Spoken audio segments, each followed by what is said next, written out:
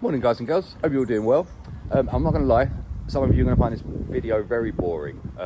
If you go back a few videos, you'll see a red Z4 that we did a whole sort of focal K2 system in, had little K2s at the back, three-way set in the front. That one had Apple CarPlay, which is the difference to what I'm doing today, but we basically have another Z4 in.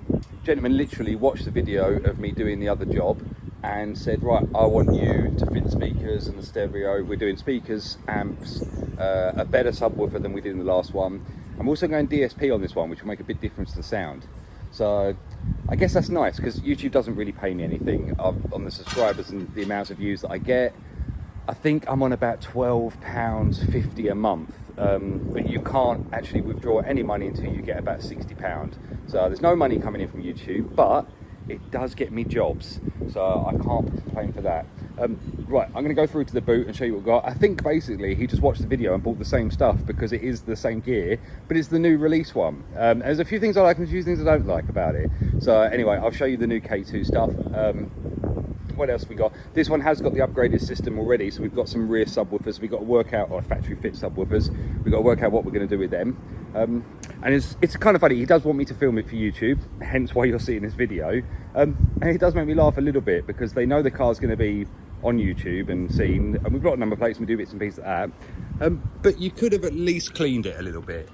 So anyway, what can we say? Although I do like the extra bird poo. I think we've got more down here.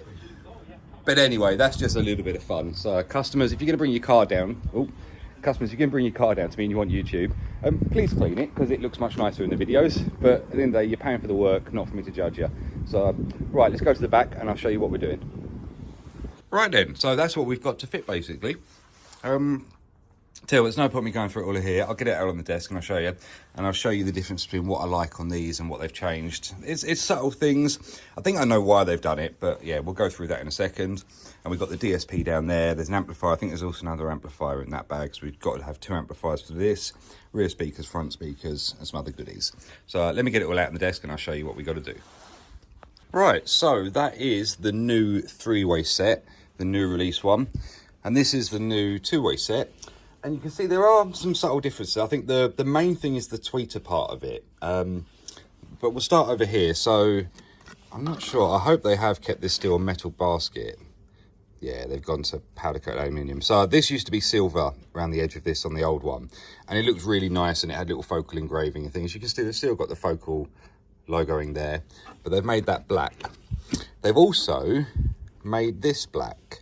Slightly different arrangement. It feels more like the way the Utopia speakers are sort of set up. And I guess there's some benefits to that. The magnet looks a little bit bigger. I'll show you compared to the other ones. But they've gone black. Now, one of the great things about K2, and people always knew about K2, and the fact that you get these yellow cones. And if we look over here, these are still yellow cone tweeters. But the size is different. And I think there's a couple of reasons they've done this. Although I genuinely don't know, this is just me speculating. So you can see the yellow cone there, looks nice, matches through. This is a larger tweeter, not massively larger, but still a bit larger, so hopefully it still fits in. But one of the problems we've always sort of found is this is an old K2, this has been with me a few years.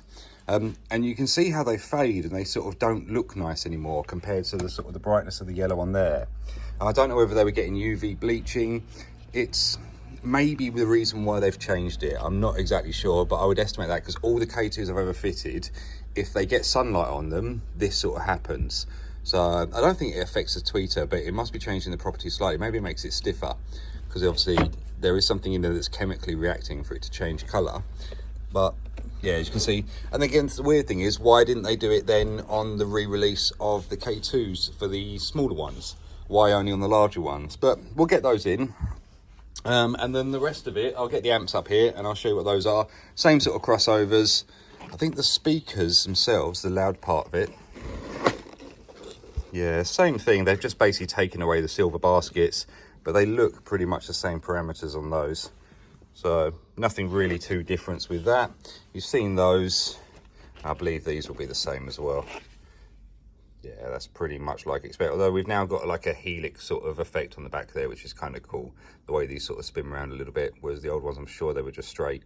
So, right, let me get the amps out and I'll show you those. But that's basically the speaker course that we're fitting in for today.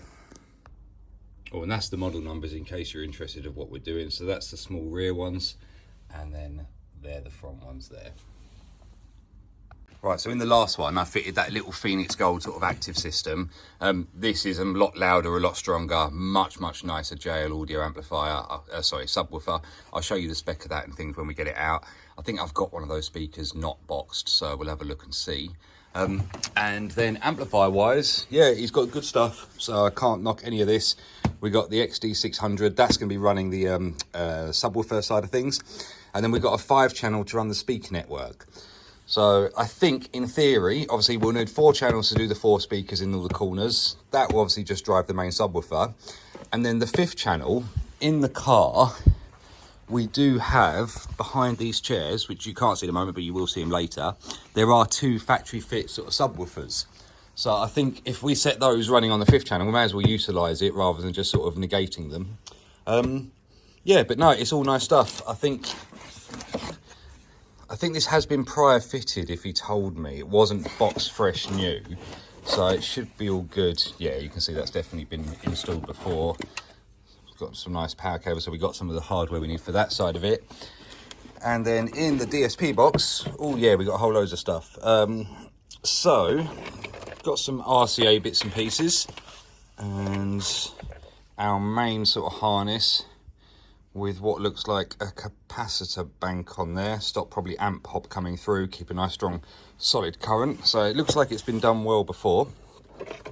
We've got this little device. Now this, I think we'll probably use this. I need to check to see how the original amplifier is wired up in this one. It's not the Harman Kardon system, so I don't know whether we'll have independent wiring, but basically we can run the fiber optics into this, and then this will give us a light signal output from here, which basically means that we'll then be able to feed a digital optical signal into this, and then from that we can then send out all of our channels. And what we got on there, we got 8 channels, so yeah, so we'll need 1 2 3 4 5 6 7 8. It's going to be a little bit fun because in theory we need basically front left, front right, rear left, rear right. Then obviously we've got probably going to run either subwoofer on channel 7 8 and rear subs. Yeah, so we got enough what we need for that. We get that out of the way. And what's that one? That is the USB, so we can actually speak to it via the laptop. And then this is a little gain controller, which I believe is in the glove box at the moment. And I think that's the location of where we're going to be installing it, somewhere down here. So that's going to give him some instant control in regards to presets and sort of like bass control and things. So we'll get that mounted there for him. I think that's where we said, because there's not a lot of other places that you can really hide it. And obviously that's nice because when he's not needing it, which he won't need all the time, he can just shut that down and that's all hidden away. So, right, I think the first thing I'm going to do is I want to get behind this panel, behind the subwoofer, and see how this amplifier is wired up currently, whether we've got independent wiring going off to the tweeter, to the mid and to the speaker, what's happening at the back. So let me strip that bit down and then we'll start getting stuck into this. Oh, just to show you why I've got it out of the car, that is that sub box. So as far as I remember, it's a 13 inch, but I think 12 or 13 inch from that side of it. But the real good part of this is obviously we've got a load of power, I think 500-600 watt RMS, something of that sort of nature. I need to double check. But the depth is ridiculously small. So it's only hand width, but a lot of power.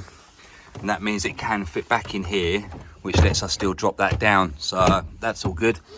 Right then, let me get that panel out, because behind there should be the amplifier. So we'll strip all this down and we'll start making progress on it. Right, so behind panel number 1, we have that. Which isn't what I wanted to see, but it shouldn't be too bad. We'll just let Penny grab the phone. So that's the amplifier over on that side. And it doesn't look like we've got fibre optics going into this. No, I'm going to take the head unit out and make sure, so basically there'll be some really thin cables coming off this that will feed this its sound signal. So we should be able to grab those off of there. I believe these are the navigation and the telephone module and all that sort of stuff. So yeah, the Bluetooth communication, or it's got Bluetooth emblem on it, so I'm presuming it's phone. I'm not sure of that. I've not seen that one before. Maybe a GPS. It is connected up onto the fibre optics. Those are those little fibre optic plugs if we were going to use that, and that's them there. But they're not on the sound signal, so I think we're just going to basically interfere with this cabling, and that'll feed our DSP. One of the downsides is that was where we put a lot of the stuff before, regards to the crossovers and things, so I may have to find a better place to put them, but we'll sort it all out. Yeah, so just come up to the front to check that. I hope you can see it's a bit dark, but basically we've got these wires here, these thin twisted ones, and they're the ones that feed the amplifier, so we don't have to use the MOS part. So basically we're going to pick these up at the back, so I can put this all back in, keep this all nice and neat, and then everything will intercept at the back, and that will give me front, back, left and rights and all those sort of positions. So all right, that's one of the pieces of the puzzle solved. Obviously, yeah, the lower speakers will be down there, as we said in the previous video, and then mids and tweeters. I hope these tweeters fit because they are bigger. I think he wants me to disconnect the center channel, which I think is warranted. It's a case of this will give you much louder stereo sound on each side, so therefore having a little center channel is not going to be needed. And then to get the same performance out of it, you'd have to go and buy like a pair of K2s, put one in, and then I need another amplifier to drive that one. So yeah, it's not worth having that if we're going to have good quality stereo on the left and the right. Right, let me get all that back in there, and then we'll start doing the bits at the back. Okay, so disconnected the actual amplifier, and you can see, I don't know if you can see the screen through there, it's not showing up any audio errors or anything of that sort of nature, so it's not going to care that we've got that amplifier unplugged. And he does want me to leave this plug so that essentially in the future he can revert the car back to factory spec if he needs to. So I'm going to strip back a bit and then basically going to tap off here. I don't think I've got a connector that will go on this, and it definitely won't give me all of these small pins, for instance. It may just give me the speaker wire stuff. So we're just going to come back to, this point, and then have all of our branch off for all our wires. So the next piece just to work out is whether, say, I don't know, that's probably the subwoofer wire, the cables that run to the front door speakers, whether they're split inside or whether essentially they've run independence. There could be enough in there to run independence, but we'll have to find out what wire's what, and then start setting out an audio path. Right then, just mapped out what wires are what. So if you look here, you can see like left sub, right rear, right sub, center. There's all of the bits basically. But I couldn't find the front two door speakers. I beg your pardon, not the door speakers, the actual lower drivers that are down here. And you can see I've taken that one out there, down there. And really strangely, what they've done is, well, I'll take you back to the back so you can see. It starts off as these very thin brown and white black striped. It then goes off into like a junction box and runs off left and right. So basically they're running the front two as like a mono. Then the fun and games a little bit, which is, we had to do this in the last one, which isn't too bad, is that this one and this one are actually linked. Sorry, let me get you in the view. So this one and the tweeter are linked, which means we need to separate them. I'm not going to be mounting the crossovers in the doors and then bringing wires back through. I'm going to basically get another cable through this so that we can wire the tweeters separately, because we're going to have the crossovers in the back. But apart from that, all good. But yet again, BMW up to their weird tricks. You'd think, if anything, you would have those on like a mono so that they both play at the same time. So you lose stereo, but they're both subs, so they're driving forwards sort of normally. But to have the lower quarters as those as mono is a little bit odd. But yeah, say lovey. All right, I've actually got the first bit of work done. So that's where the crossover is going to live. Obviously that's the amp panel, so they'll work out lovely there. Going to get covers on it, and then I've got to work out where I'm going to put the other amps and the DSP. So we've run out of room back here in this, behind this panel already, but we'll find somewhere nice for it. All right, here's a bit for the customer that he won't see again, because I want to put the panel on, but as you can see, it's all neatly run through. They're all wired up, so I've just got to make all that connect up to the original circuits, and that's the crossover section done and dusted. Right, to the untrained eye, it doesn't look like I've done much, but I've spent hours back here, and there's probably, well, yeah, like I say, it doesn't really look different, but we've now got our signal feed essentially from our original system running in, so that will feed our DSP. We've also got down there, we've got the DSP front controller and the USB from that, and that's all running round. We've got our 6 speaker wires, i.e. front, rear, left, right, and also the 2 subs. They're ready now to go into the amplifier. The crossovers are through. The mid wires are run through to the front of the vehicle as well. And I've also produced a little amp rack. So that bit's going to go on top of that bit of original trim. It's got a little step because there is a difference in the height. So that will sit right back in there, and obviously all our amps and processors and everything will be on there. So it should look good. I think the next time you'll see it will probably be with it all sort of laid out. It's slowly getting there, but once I've got this bit sorted back here, then it's just a case of doing the speakers at the front, doing the sound deadening, obviously getting the DSP fired up, getting the signals through from that, and we're getting there nicely. So yeah, it's getting there, should we say. Oh, it's come out lovely. So it looked great when it's actually back in there, but obviously I've got to do the wire connection bits and pieces. But yeah, so we've got the subwoofer amp, speaker amp, and the DSP, and I think it's going to look awesome back there. So right, let me get it back in position and we'll have a look. How nice is that going to look in there? I think obviously I've still got to wire it up, but we've got 10:15 at night. It's taken me a lot longer. It was really fiddly to get this panel back in and get all the cable management done and things like that, regards to getting it all connected through. Obviously now it's just the easy bit of just joining up that. I will have to run the DSP through its signal before I connect up the speaker wires. I could do it on the RCAs, but I'm just going to leave those in there. I'm putting my finger in front of the camera and you get all out of focus. Because it's going to send through some sine wave testing and things like that, and it's not going to be good for the speakers, and obviously we've not got the speakers in yet. So, but yeah, we're ready to sort of rock and roll back here. The last easy bit is basically just putting in the power cables and other wires on there. DSP plugs down the bottom there, so that's all ready to go, and we've got the other controller module piece up there. So yeah, I think I'm going to call it a day for today, and I will see you in the morning when it's nice and light outside again, and we'll get this wired up, and then we'll start working on the speakers. Right then, you join me on a new day, a new bunch of challenges. So as you can see, we've now got that plumbed up, we've got the remote lights on, we've got our power management, everything else running, got the DSP, and you can probably see I've not connected up the speaker wires yet, and that's basically I've now got to do sort of like the de-equalization and a few things on here, and it will damage the speakers if they're connected. You could disconnect the RCAs, but I'd already run the RCAs through and things, and I like the way that all looks. I can't be asked to change those out. So I'm going to do the speaker wire section of it. All the gains are down and everything, so nothing really bad is going to happen. I've now got to do de-equalization on that, which means we then need to get involved with the DSP software. So I'm just going to go through a few of the configs. As you can see on here, well, we're going to have a 3-way set and a 2-way set back here with a crossover. It should be all good to go. I've just got to sort out a few bits and pieces with it, and then we've got to do the de-equalization testing. Got a little controller, that's all lighting up, obviously not in its final position, but it will be soon. So right, let me get a few of these base things started. I'll show you more when I'm actually doing the EQ side of things, when we're doing the time alignment and all the other bits and pieces, but I'll just go through the normal sort of boring bits to start with, and I'll get that ready to speak to the speakers. So a bit of the setup, for those who are interested, we're basically playing a sine sweep through, which is basically all frequencies, and then if we come through, we're sort of going to adjust the input sensitivity. So when it flashes red, it means it's clipping.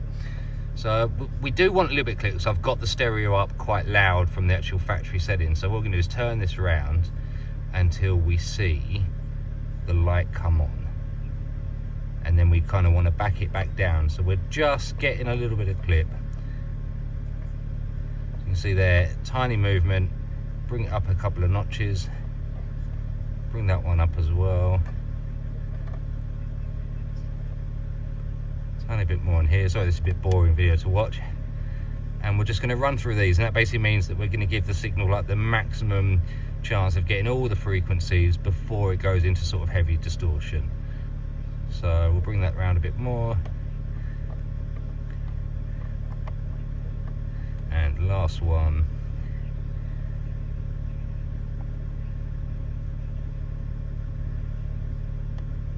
And they're not all the same. You'd notice that it's sort of, the original stereos are biased to certain channels being stronger than others. So we'll just do it via the light flash.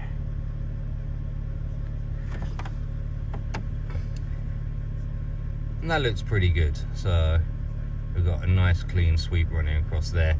All right, so we're going to tell the software that that's what the input sensitivity we want, and we'll get to the next stage of it.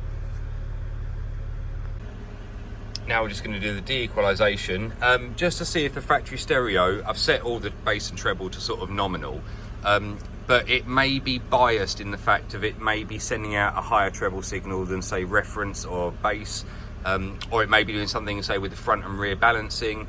So what this is doing, we're sending it a known sound, which is pink noise, which the unit knows, and then it's comparing the known sound against what the sound that it's receiving, so it knows what alterations to make regards to what the stereo is biasing the signal to. So we'll just let that run through its process, and we should see that these lights have stopped flashing and dancing now. So yeah, we just got the DEQ system on it. So far so good. Right, as you can see, it's telling me now that the head unit is not equalized. So we'll hit next, and we then need to do next. It's track 2 next. Now switch CD to track 2, which we are playing. Right, so now it's going to change the signal, so what it should be compared to that reference noise that its nose is receiving. And there we go, that's all wired in, ready to rock and roll.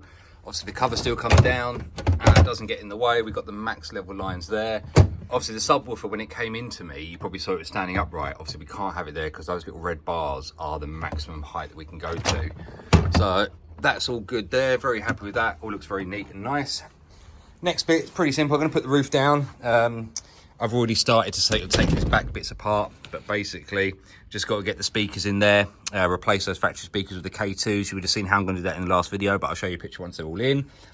We've still got a lot of cable management and other bits and pieces, and obviously the front door speakers. At the moment, I've got the DSP and everything just running on the factory stock system. Very low gains, very low setup. So that's all ready to rock and roll. So yeah, let's get all this in, and then we can start bedding it in, and then we can have the fun with the EQ. Right, that's rear speaker sorted. Obviously the original one didn't have the tweeter, so we've now gained the tweeter, and also we've got the main speaker down the bottom there, crossovers behind it just lower than that. So that side's all ready, and now just got to sort this side out. And then all we've got to do is basically do the front speaker arrangement, and we're kind of nearly done on the fit up side of it. Then it's just the EQ. So let me get this side in, and we'll get the grills back on, and it will all look very stock, and then we'll move on to the fronts. Back in, looking all very stock. Sadly, apart from it sounding awesome, you're not going to be able to tell that we've done the work, which I guess is a good thing. I bet the customer's going to be happy that we don't have to do any amps or anything down here, keep that all out of the way, it's all in the back there. So far so good. Right, last couple of pieces of the puzzle is the front doors, and we are done. Right, same as last time you saw in the last video I did, just got made up these little rings, so I'm going to spray those with black, and that basically adapts the mounting across from the old setup to the new setup. So that's them done, ticked off the list. And then obviously we can start getting those in. Right, let's crack on with getting these mids and tweeters done. So, behind the doors basically there's 4 screws. The driver and the passenger side are different, but basically behind these little cap covers, there's one down here, one down there, and then obviously 2 behind here. On that one, they're all located up behind. Let me give you a finger, one bit behind there, and one bit behind the cover there. Basically what would be living up inside this. So I'll get the panel off. This bit essentially, top pops out and then the whole thing sort of slides. I'm so bad with the camera angles. Top bit slides up, or slides out, should we say, and then this bit comes up and off. And I know these tweeters are shallow. I've done quite a few Z4s, and I'm kind of thinking, are we going to have fun and games with the tweeter? I reckon we will. But all right, let's get this door off and have a look. Right, now we've got that off, we've got a few things that we've got to deal with. You can probably see, the first thing I've got to deal with is the fact that we've got those 2 blue plugs back there. And what that is, that's the input coming in from the original signal wire coming through there, goes into the speaker, does its music, but the other wire that comes out runs up and round here, and there's a little bass blocker in there that supports the tweeter, so it doesn't get any frequencies that it doesn't want to get. Now, obviously, on our system, we've got 3-way set components, so we don't want those linked together. So I'm going to have to get that wire that I extended through to the front, get that through the grommet over there, and bring another wire up into here so we can have independent feeds. And the second thing will be the tweeter, and I know we're going to have fun with it.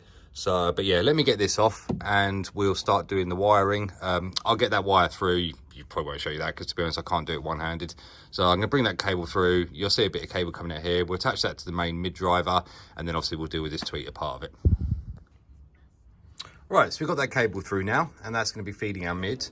And then I 3D printed up the little mounting bracket that's going to sit back in location. I'm going to put a little bit of sound in the back there, but it is plastic. It's not really going to resonate, and this whole thing is very soft, so we don't need a hell of a lot back here, and we are just dealing with mid bass, so, or not even mid bass, probably just mid. So that will sit in there nice and smart. That'll get screwed in, and that will give our mid support. There we go. How smart does that look? And people might be saying, Neil, why have you done it in silver? Well, for starters, you can't see it, and that's what I'd loaded in 3D printer. So, yeah, my bad on that, but I promise you, you won't be able to see it afterwards. Or you will be able to know it's there, but you won't see it. So I'm sure the customer will forgive me for that. Right, now we've got that speaker all in. I'm going to take you forwards to the toughest part of the job regards to figuring things out. Essentially, that's the factory tweeter. And you can see it's normal sort of size tweeter, but it's incredibly thin. And that's on the basis that behind here in the door, we don't get any cavity or any meat. And there's this plug here that sort of sticks out. So they intentionally left everything very, very thin. Now the issue being is that that one is that big and that one is that big. And somehow it's got to get inside there. Once we put this foam in, that foam, the back bit, is about as deep as there, and that's our locking tab. So we need to get nothing past that point. So I've got to now figure out how I can get this in. Thankfully, I am a 3rd Dan black belt in the art of Dremel, and I know I can do it because I've already done that one over there. But basically, I have to take out this whole section and then get the tweeter sort of sitting flat in here. So it does go, but if I put them side by side, if I can balance them, let's just do that one to that one. You can see there's a huge difference there, but it does go. So I'm not really happy with how big Focal have made these bearings because that's too big for most normal vehicle applications. Yes, you could go down the route of saying, right, well, I'm going to rebuild that on a pod out here, get that sort of all retrimmed over and everything else. But if you're going for an OEM look, they've made that very, very large to achieve that. But let me get the Dremel and we'll start shaving this all down, and that will be in there, and then we'll get it up on the door. All right, that's how she's going to sit in there. Just got to smooth off some of those edges. As you can see, we've still got the foam. She only just fits, like literally I'm holding the back there, and that is the back of the magnet. But it will give me enough clearance to get that back on. So that's essentially how she'll sit. And like I say, just got to smooth off some of those rough edges at the top there, and we're good to go. All right, that's all in there now. And it is a shame, you used to be able to see the yellow tweeter, so obviously because you can't see anything once these grills goes back on. So you would know that you've got an upgrade, but now I don't think you can just about make out the corner of that. So all good. Right, let's get this door back on, and then the last piece will just be to get the lower speaker down there. Then I can do the EQ, and we are done. All right, just got the sound down in there for that speaker, and obviously that's that speaker ring that we built. So that will sit on there, and that will give our mounting for our new speaker. So last piece nearly done.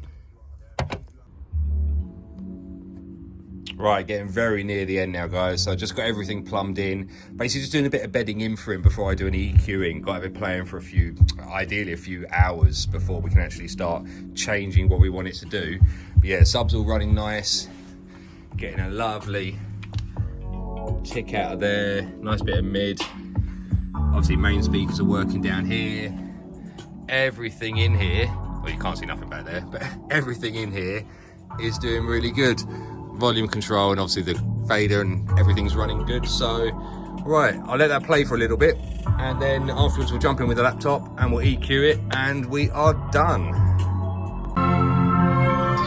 Right, let me just turn that down. It does sound lovely in here, a bit of classical. So yeah, just going through all the filters and things on the DSP.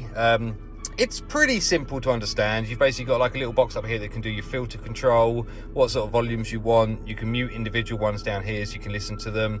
There's also the time alignment in here, so as we go through, we've got different distances to all the different speakers.